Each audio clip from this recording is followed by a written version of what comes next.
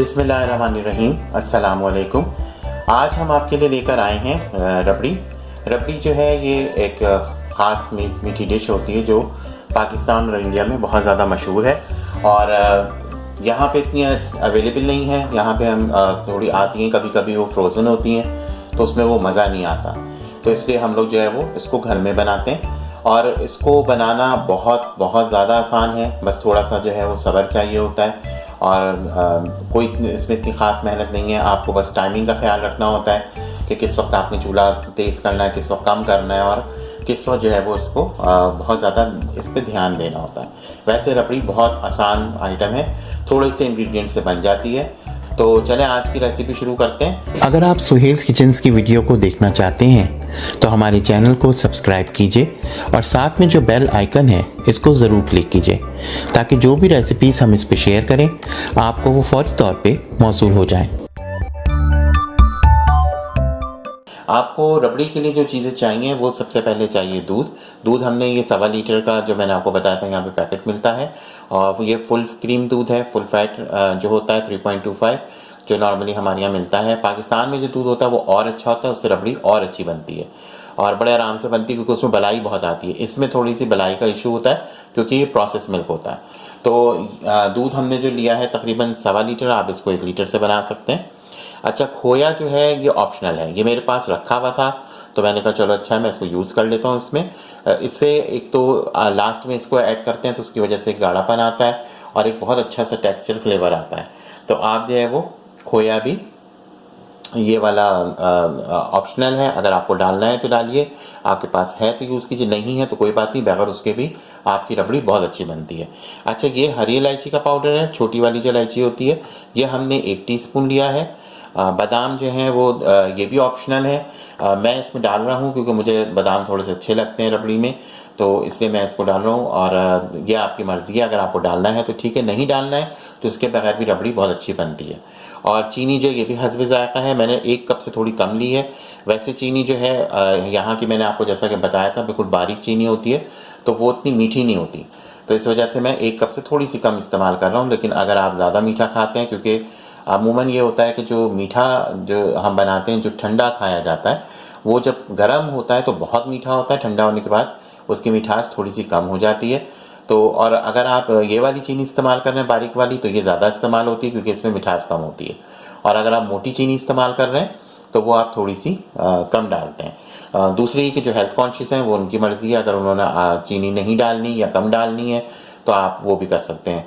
क्योंकि last time जब मैं पाकिस्तान गया तो मैंने ये देखा कि रबड़ी में भी बहुत ज़्यादा वेरिएशन हो गई है, वहाँ पे बहुत ज़्यादा फ्लेवर्स आते हैं, पिस्ता रबड़ी, ज़ाफ़रानी रबड़ी, बादामी रबड़ी और वो शुगर फ्री रबड़ी, मतलब हर तरह की आना शुरू हो गई हैं।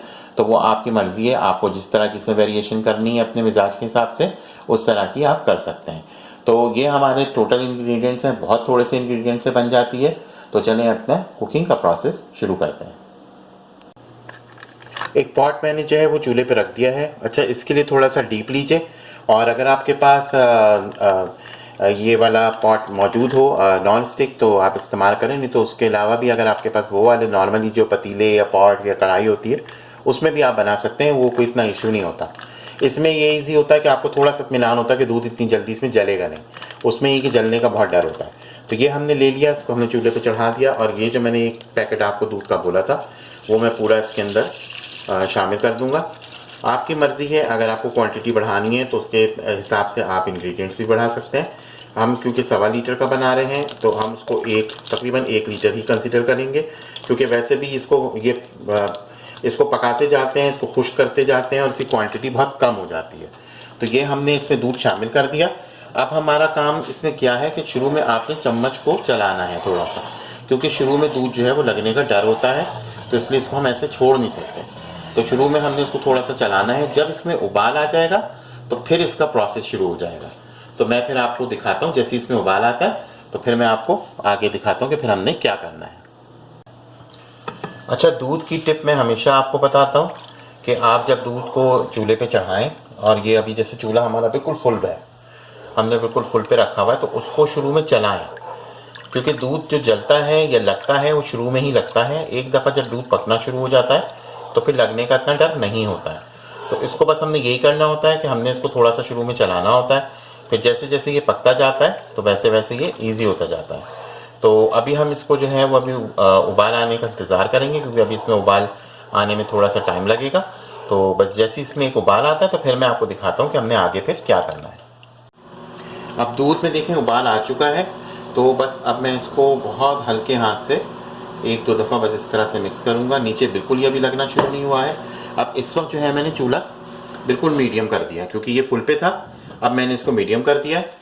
अब मैं क्या करूँगा, इसको इसी तरह से पकने दूंगा, क्योंकि ये बलाई जो आगे देखें, ये जो झाग आ रहा है यही बलाई में तब्दील होगा। इसको अब हम इसी तरह से छोड़ देंगे, ऐसी पकता हुआ रहने देंगे।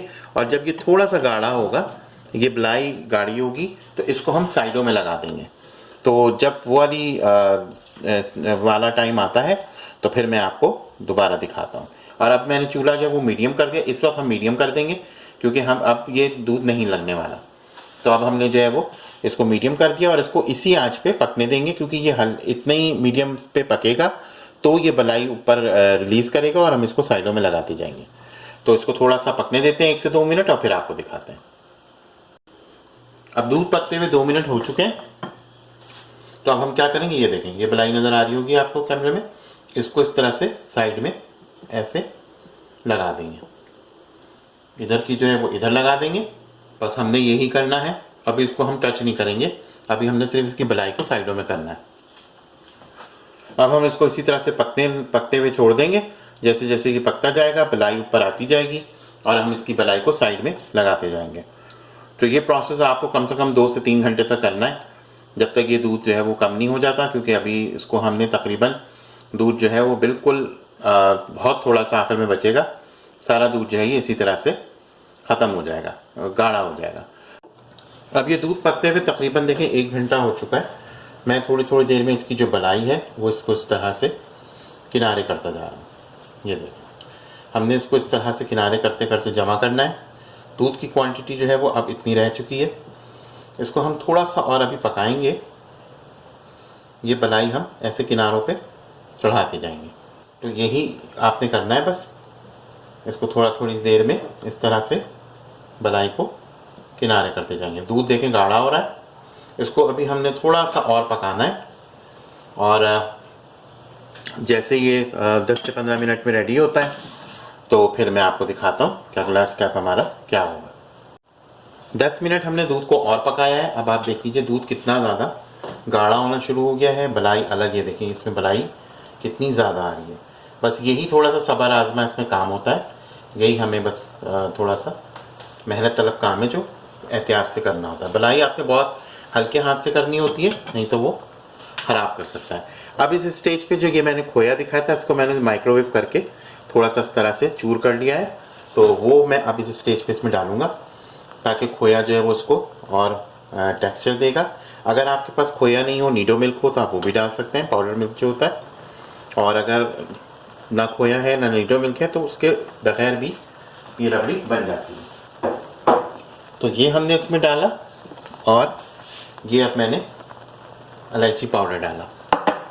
ये दोनों चीज़ें डाल के मैंने इसको हल्के हाथ से इसमें मिक्स करना है ऐसे, और इस तरह से हम इसको अलग भी करते जाएंगे। ये अभी इलायची पाउडर जैसे जैसे मिक्स होगा ये और वो गाढ़ और खोए से ये और गाढ़ी होगी। अब मैंने ये चीनी निकाली थी, पहले मैं इसमें थोड़ी चीनी डालूँगा, आधी, क्योंकि चीनी जो है वो पिघलेगी तो ये ज़ाहिर इसका पानी छूटेगा, तो ये दोबारा से पतला होगा दूध, और फिर इसको हमें थोड़ा सा पकाना होगा थोड़ी देर और। ये आपको जो आवाज़ आ रही है ये इसकी पहचान है कि रबड़ी रेडी है। अच्छा, जो साइड में बलाई है वो अभी हम मिक्स नहीं करेंगे, इसको हम साइड में ही रहने देंगे। इसको हमने बिल्कुल ठंडा होने के बाद मिक्स करना है। अगर हमने अभी इस स्टेज पे इसको मिक्स कर दिया तो फिर इसमें लच्छे नहीं आएंगे, जो एक लच्छे होते हैं। तो बस इसको अभी हम 5 मिनट से 10 से 15 मिनट और पकाते हैं, और जैसे ये रेडी होने वाली होगी तो फिर मैं आपको दोबारा दिखाऊंगा। इस वक्त जो है मैं अब इसका चूल्हा बंद कर दूंगा, क्योंकि अब ये गाढ़ा हो चुका है। इसको अब हमने ठंडा करना है। अभी मैंने जैसा कि आपको बताया कि इसको इस स्टेज पे मिक्स नहीं करते हैं, इसको ठंडा होने के बाद मिक्स करते हैं। तो अब हम इसका ठंडा होने का वेट करेंगे, जब ये ठंडी हो जाएगी फिर हम इसको मिक्स करेंगे, क्योंकि मैंने इसको अगर अभी मिक्स कर दिया तो जो बलाई का एक लच्छा आ रहा है वो सारा ख़त्म हो जाएगा और ये गाढ़ा दूध की तरह हो जाएगा। तो अब हम इसका वेट करते हैं ठंडे करने का और फिर उसके बाद आपको दिखाते हैं।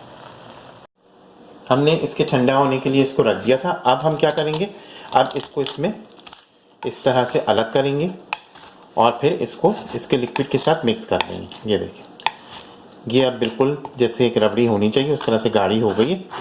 तो अब मैं इसको इसके साथ मिक्स करता हूँ, डिश आउट करता हूँ और फिर आपको दिखाता हूँ।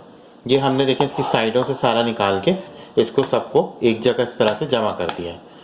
तो अब मैं क्या करूँगा कि अब मैं इसको डिश आउट करूँगा। ये इस तरह से देखें सारी एक जगह आ गई है। तो अब मैं इसको डिश आउट करता हूँ और फिर आपको दिखाता हूँ। अब ये हमने जो हमारी रबड़ी थी वो डिश आउट कर दी है। इसमें हमने ये जो चांदी के बर्थ थे वो लगाए हैं, थोड़ा सा बादाम ऊपर से डालेंगे।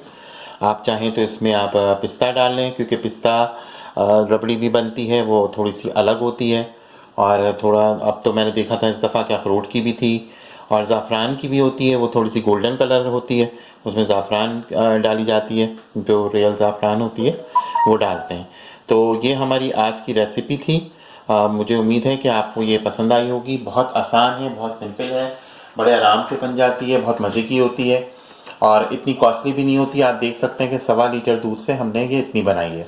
तो अब ये हम इसको जो है फ्रिज में रख देंगे, इसको ठंडा करेंगे और ठंडा करने के बाद इस्तेमाल करेंगे। तो ये थी हमारी आज की रेसिपी, बहुत सिंपल, बहुत इजी। तो इंशाल्लाह मिलते हैं आपसे बहुत जल्द एक नई रेसिपी के साथ। जब तक के लिए अल्लाह हाफ़िज़।